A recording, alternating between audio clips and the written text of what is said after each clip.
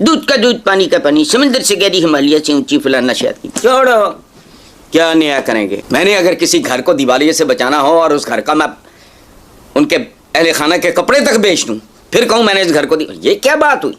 वो एक बात सही है कि भूखे पेट हमें अपने न्यूक्लियर पार होने का जो झंडा है ना वो लहराने का बहुत मजा आता है। आज मुझे शरीर डिप्रेशन हुआ जब मैंने ये देखा कि इंडिया में इन्फ्लेशन 5% पर है, 5%।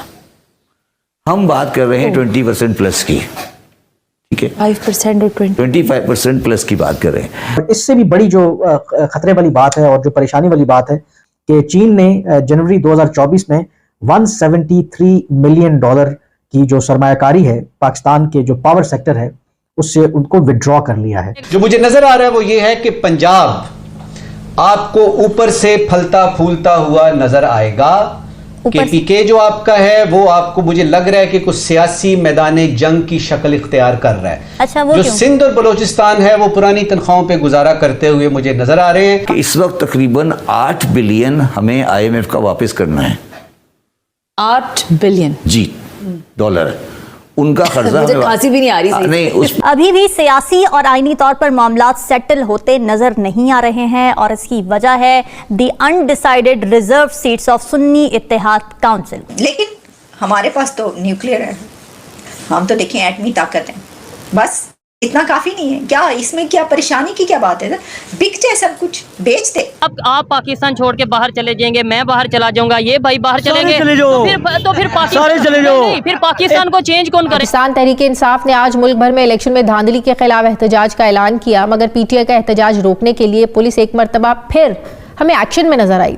उन्होंने दुश्मन मुल्क से, गैर इस्लामी मुल्क से 19 मायदे कर लिए ईरान ने। अभी हमने जो लास्ट में ये सारा कुछ देखा था क्रैकडाउन के ऊपर, तो वो जाहिर है वो सब चीजों के सम्राट थे ना कि नहीं, वो तो अब सवाल सिर्फ ये है कि आप ये कह रहे हो कि स्टेट बैंक को पाकिस्तान के बस का काम नहीं है एक्सचेंज कंपनी को हैंडल करना, उसके लिए हमें ISI चाहिए। पाकिस्तान में इस माली साल में जो फॉरेन डायरेक्ट इन्वेस्टमेंट है यानी कि बराह रास्त जो बैरूनी सरमायाकारी है उसमें 21% की कमी हुई है। यानी कि जो फाइनेंस मिनिस्ट्री ने जो अपने नंबर्स बताए हैं कि इस माली साल में अब तक सिर्फ $690 मिलियन की इन्वेस्टमेंट जो है फॉरेन डायरेक्ट इन्वेस्टमेंट पाकिस्तान में की गई है, जो कि 25 करोड़ का एक मुल्क है, उसके लिए ये पीनट्स है। और उसमें जो कंसर्न वाली बात है, बावजूद तमाम कोशिशों के कि पाकिस्तान में अरबों डॉलर की सरमायाकारी आए, $187 मिलियन की जो फॉरेन डायरेक्ट इन्वेस्टमेंट है उसमें कमी वाक़ हुई है। और जय हिंद दोस्तों, तो जैसा कि पाकिस्तानी मीडिया चर्चा कर रहा है कि चीन अब अपना रंग दिखाना शुरू कर रहा है। इनके अब खुद पाकिस्तान के लोग ही मजाक उड़ा रहे हैं कि भैया समुद्र से गहरी दोस्ती थी चाइना के साथ, तो अब चाइना ने इनको बिलियंस ऑफ डॉलर का लोन दे रखा है। अब स्वाभाविक है उसका कर्ज तो आपको चुकाना पड़ेगा, वरना ज़मीन देनी पड़ेगी। चाइना का ये नियम है, या तो कर्ज वापस करो या फिर ज़मीन दो। चाइना के पास इतना पैसा है, उसका इस्तेमाल ऐसे ही किया उसने। अभी आप देखिए श्रीलंका से 99 साल के लिए पोर्ट लिया ना उसने, तो वो लीज पर ज़मीन लेता है। आपको पैसे चाइना ऐसे नहीं दे सकता जैसे हमने 3-4 बिलियन डॉलर अभी दिए हैं ना श्रीलंका को, मुफ्त में दिए हैं, कुछ लिया नहीं, उसकी ज़मीन नहीं कब्जाई। ये भारत कर सकता है, चाइना नहीं करता। चाइना कहीं भी पैसे लगाता है तो उसका डबल मुनाफा उसे मिल जाए या फिर ज़मीन मिल जाए। ज़मीन पर जैसे कि अमेरिका के दुनिया भर में आर्मी हर जगह बेस बनाकर मौजूद है, तो चाइना सुपर पावर बनना चाहता है। अब चाइना के अंदर बैठे तो बन नहीं सकता, तो दुनिया भर के देशों को लोन देकर उनकी ज़मीन लेकर वहाँ पर सैन्य बेस बनाकर वो भी सुपर पावर बनना चाहता है। तो पाकिस्तान जैसे कई देशों को ऐसा दे चुका है झांसा, तो पाकिस्तान का समय आ गया उसे कर्ज चुकाने का। तो लिया है तो स्वाभाविक है आपको देना भी चाहिए।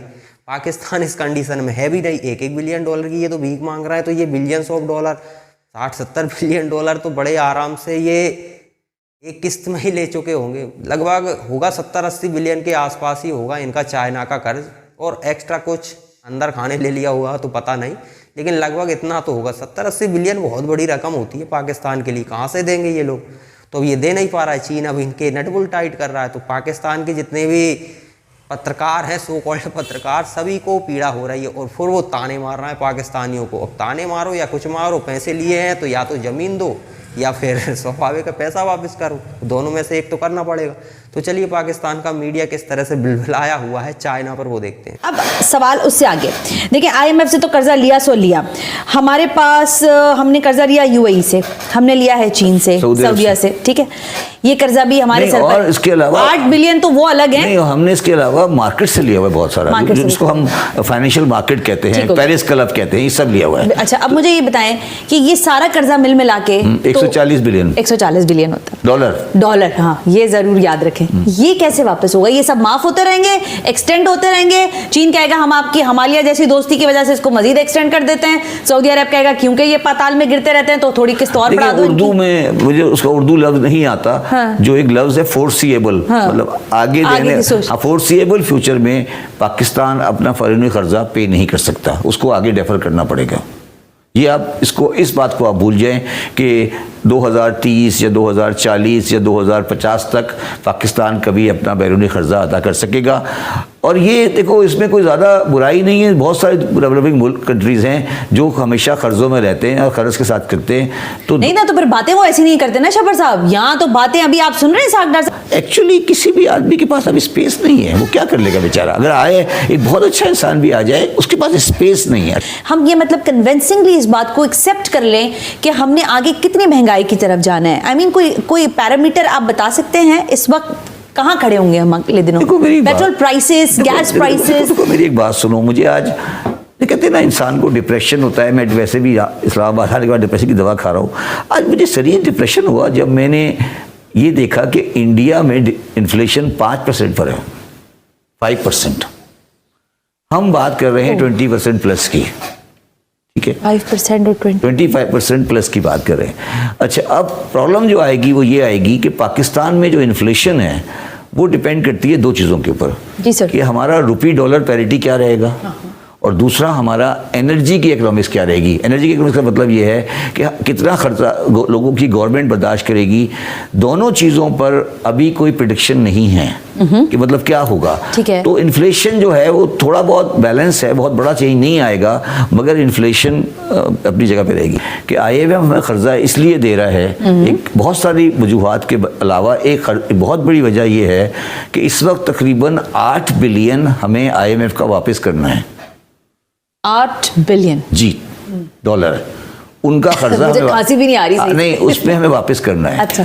तो वो कर्जा देने की एक वजह ये भी है कि उनको अपना कर्जा वापस भी चाहिए ना। जी उनको ये रियलाइज हो चुका है कि अगर हमने इस दुकान को बंद कर दिया तो हमारे पैसे हमारे 8 फंस जाएंगे।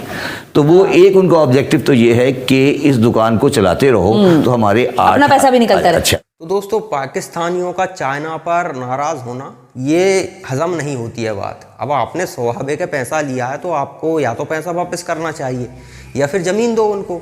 चाइना को दुनिया में वो ज़मीन लेता है या पैसा लेता है। वो आपने स्वाभाविक है पैसा लिया है तो पैसा लौटाओ ना। अब मतलब पैसा ना मांगे चाइना, ऐसा कैसे हो सकता है? कर्ज लिया है, कोई मुफ्त में बांटे थोड़ी ना है। अब इंडिया जैसा तो है नहीं कि अफगानिस्तान में इन्वेस्ट कर दिया, स्कूल बना दिए, कॉलेज बना दिए, ब्रिज बना दिए और तालिबान आया और उसने कहा निकलो तो हम निकल गए, और फिर वो कह रहा है फिर से आ जाओ तो हम वापस से चले गए। लेकिन ये नहीं कि वहाँ पे ज़मीन कब जा रहे हों हम, ये तो हमारा कोई मूड ही नहीं है। स्वाभाविक है हमें इस तरह की पावर नहीं बननी कि दूसरे देशों में जाकर वहाँ पर कब्जा करें। हाँ, कोई बेस ज़रूरत पड़ेगी तो बेस कहीं भी आप ले सकते हो, लेकिन उसके कई तरीके होते हैं लीगली। इस तरह से कर्ज में फंसाकर फिर उनकी ज़मीन छीनना, क्योंकि स्वाभाविक है ये बात दुनिया को पता है। पाकिस्तान जो 1-2 बिलियन की भीख मांग रहा है, IMF से ये कह रहा है कम से कम 4-5 बिलियन तो दे ही दो, इस तरह से भीख मांग रहे हैं। वो 60-70 बिलियन डॉलर चाइना का कर्ज चुका पाएंगे? असंभव है। तो दूसरा विकल्प ज़मीन ही बची ना, कि ज़मीन लीज पर ले लेगा वो कई सालों के लिए, तो वहाँ पर बेस बना लेगा। और एक बार बेस बन गया फिर तो पैसे देते रहेंगे और वो बेस हमेशा के लिए बना रहेगा। जैसे कि इराक और सीरिया में ईरान के बेस बने हुए हैं, अमेरिका के बेस बने हुए हैं, तो सब जगह वहाँ पर, क्योंकि गरीब देशों के पैसा फेंको और कोई आना चाहता है वो आता रहे। यही पाकिस्तान के साथ होना है। तो पाकिस्तानियों को बिलबिलाना नहीं चाहिए। कर्जा लिया है तो या तो पैसा वापस करो या फिर अपनी ज़मीन दो उनके लिए।